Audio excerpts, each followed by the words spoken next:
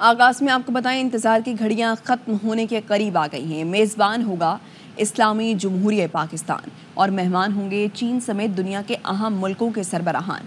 اسلام آباد میں شنگھائی تعاون تنظیم کے سربراہی اجلاس کی تیاریاں زور و شور سے جاری ہیں۔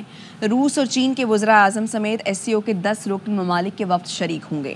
بھارتی وزیر خارجہ S جے شنکر بھی کانفرنس میں شرکت کے لیے اسلام آباد آئیں گے۔ مختلف ملکوں کے وفود پاکستان پہنچیں گے۔ پاکستان کے عالمی سطح پر تنہائی کے مفروضے دم توڑ گئے۔ نائب وزیر اعظم اسحاق ڈار کہتے ہیں وہ لوگ کہاں ہیں جو کہا کرتے تھے پاکستان تنہائی کا شکار ہے۔ SCO کانفرنس کے بعد مزید ایونٹ بھی ہوں گے۔ بھارتی وزیر خارجہ کی طرف سے 2 طرفہ ملاقات کی درخواست موصول نہیں ہوئی، نہ ہم نے کوئی دعوت دی۔ روس کے وزیر اعظم نے سائیڈ لائن ملاقات کے لیے وقت مانگا ہے۔ چین کے وزیر اعظم کی پاکستان کی قیادت سے اہم ملاقاتیں ہوں گی۔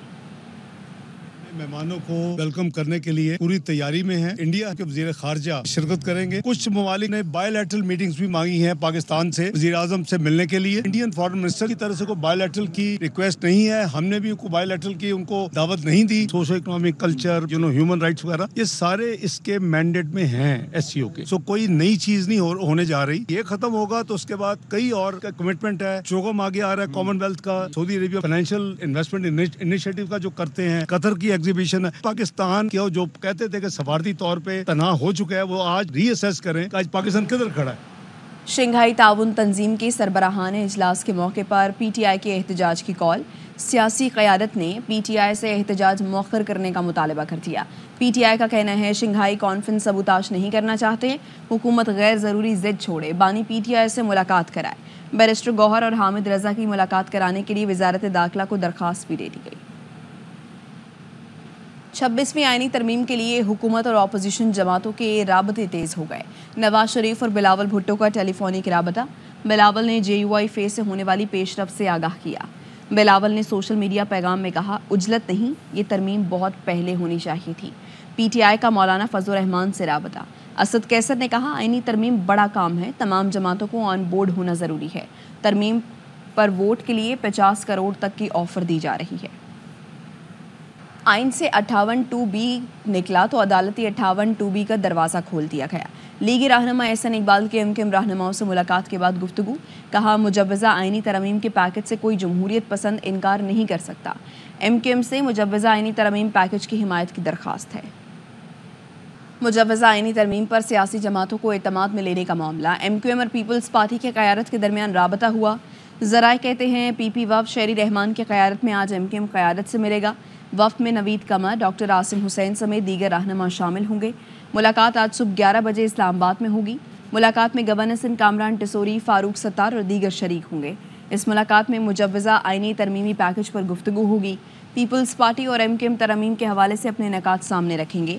PP وفاقی کے ساتھ صوبائی آئینی عدالت کا فارمولہ بھی سامنے رکھے گی۔ MKM PP کے سامنے بلدیاتی ترمیمی بل مسودے کی حمایت کی بات کرے گی۔ MKM بلدیاتی ترمیمی بل پر پارلیمان میں ووٹنگ کرانے کا مطالبہ کرے گی۔ MKM پیپلز پارٹی سے اس کو سپورٹ کرنے کا بھی مطالبہ کرے گی۔ جلد پیپلز پارٹی کی مرکزی قیادت کا MKM مرکز کے دورے کا بھی امکان ہے۔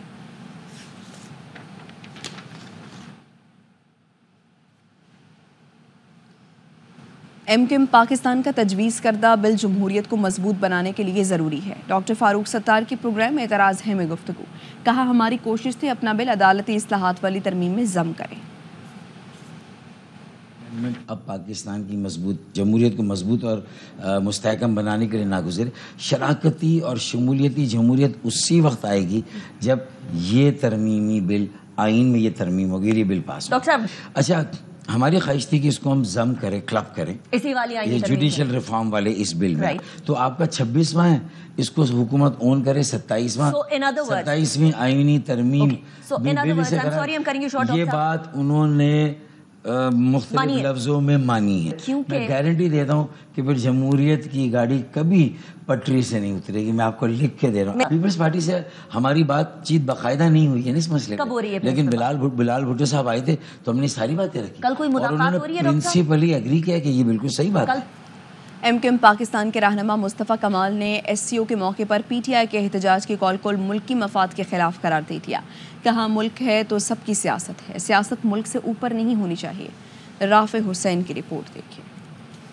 شنگھائی کانفرنس کے دوران پی ٹی آئی کے احتجاج کی کال، متحدہ رہنما مصطفیٰ کمال نے تحریک انصاف کو نشانے پہ لے لیا، کہا ملک ہے تو ہماری سیاست، لیکن سیاست اور شکایات ملک کے وقار اور سالمیت سے اوپر نہیں۔ اس دور میں جب آپ ریاست پہ اٹیک کرتے ہیں، پاکستان کی سالمیت کو اندر سے اس کے اوپر اٹیک کر رہے ہیں، تو اس والی بات کا اور کیا مطلب لیا جائے کہ آپ دشمن کے ہاتھوں میں کھیل رہے ہیں۔ 15 تاریخ کے احتجاج کو واپس لیں، یہ آپ کی پارٹی کے لیے زہر قاتل، کوئی ریاست آپ کو اجازت دے ہی نہیں سکتی، آپ اکیلے رہ جائیں گے۔ مصطفیٰ کمال بولے کسی ملک کی فوج کو ختم یا کمزور کر دیا جائے تو ان ممالک کے حالات لیبیا، شام اور عراق جیسے ہو جاتے ہیں۔ یہ ملک اور اس کے ادارے ہیں تو ہم اور آپ یہاں پر چین اور سکون سے سانس لے رہے ہیں۔ کسی ملک کے ریاستی ادارے فوج کو ختم اگر کر دیا جائے تو وہ لیبیا بن جاتا ہے، وہ شام بن جاتا ہے، وہ عراق بن جاتا ہے، اس طرح کے ملک بن جاتے ہیں جہاں پر پھر جتھے بنتے ہیں۔ متحدہ رہنماؤں کا کہنا تھا کہ تحریک انصاف اپنے احتجاج کی کال واپس لے،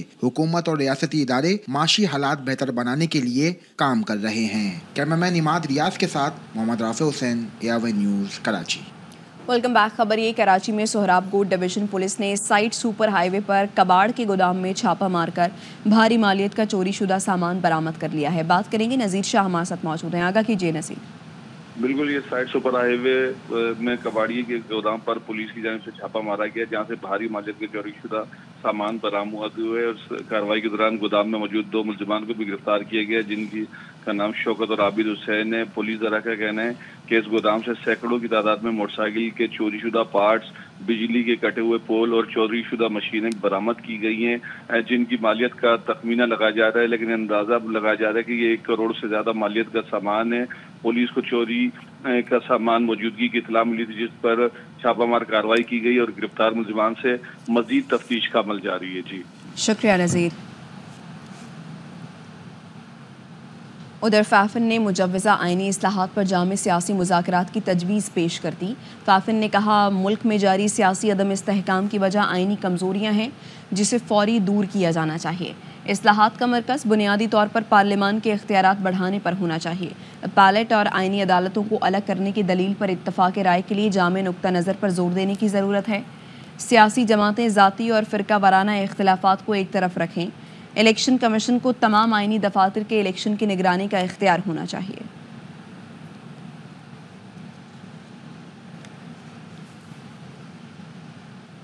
کراچی میں دفعہ 144 کی خلاف ورزی پر پولیس کا ایکشن، مظاہرین پر ڈنڈے برسائے، شیلنگ کی، مشتعل افراد نے پولیس موبائل جلا دی۔ وائس چیئرپرسن HRCP قاضی خضر سمیت درجنوں مظاہرین گرفتار۔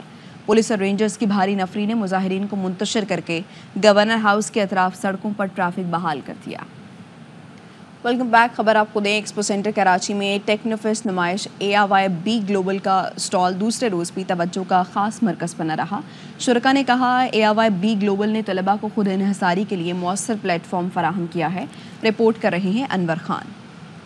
ایکسپو سینٹر کراچی میں ARY گلوبل کے تعاون سے پہلے ٹیکنوفیسٹ فیسٹیول کے آخری روز بھی طلباء و طالبات اور شرکا کی بڑی تعداد نے ARY گلوبل کے اسٹال کا دورہ کیا اور موقع پر ہی رجسٹریشن حاصل کی۔ طالب علموں کو خود انحصاری کے لیے ARY گلوبل ایک مؤثر پلیٹ فارم ثابت ہوا ہے۔ ARY گلوبل کا یہ انیشیٹو بہت یوزفل ہے۔ اس وقت بہت سے ایسے لوگ ہیں جو کہ گھر بیٹھے ارن کرنا چاہتے ہیں۔ ARY نے ایک پازیٹیو اسٹیپ لیا ہے ARY گلوبل کے نام سے۔ فیسٹیول میں ٹیکنیکل، انجینئرنگ، آرٹیفیشل انٹیلیجنس کے علاوہ میڈیکل کالج کے طلباء و طالبات نے بھرپور شرکت کی۔ شرکا نے سیلف ریلائنٹ یوتھ پروگرام میں خاصی دلچسپی کا مظاہرہ کیا۔ ARY گلوبل جو ہے ایک اچھا پلیٹ فارم ہے اور ایک اچھی اپرچونٹی پرووائڈ کر رہا ہے ینگسٹرز کو۔ نیو انکم جنریٹ کرنی ہو، اپنی سیونگز بڑھانی ہو تو اس کے لیے ایک نمایاں کردگی ادا کر رہا ہے۔ طالب علموں کا کہنا تھا کہ ARY گلوبل کا یہ اقدام مضبوط معاشی روزگار کی جانب انتہائی اہم قدم ہے۔ ARY گلوبل کا اقدام بلڈ پاکستان اور مل کر بنائے پاکستان کے تحت طالب علموں کو خود مختار بنانے کے اقدام کو شرکا کی جانب سے بھرپور پذیرائی بھی ملی۔ کیمرہ مین دشان محبوب کے ساتھ Anwar Khan, ARY news, Karachi. Khanewal KPA school میں جاری 2 روزہ پنجاب ثقافتی میلہ اپنی رعنائیاں بکھیر کر ختم ہو گیا۔ میلے میں ہر طرف پنجاب کی ثقافت کے رنگ دکھائی دیے۔ ساجد خان کی رپورٹ۔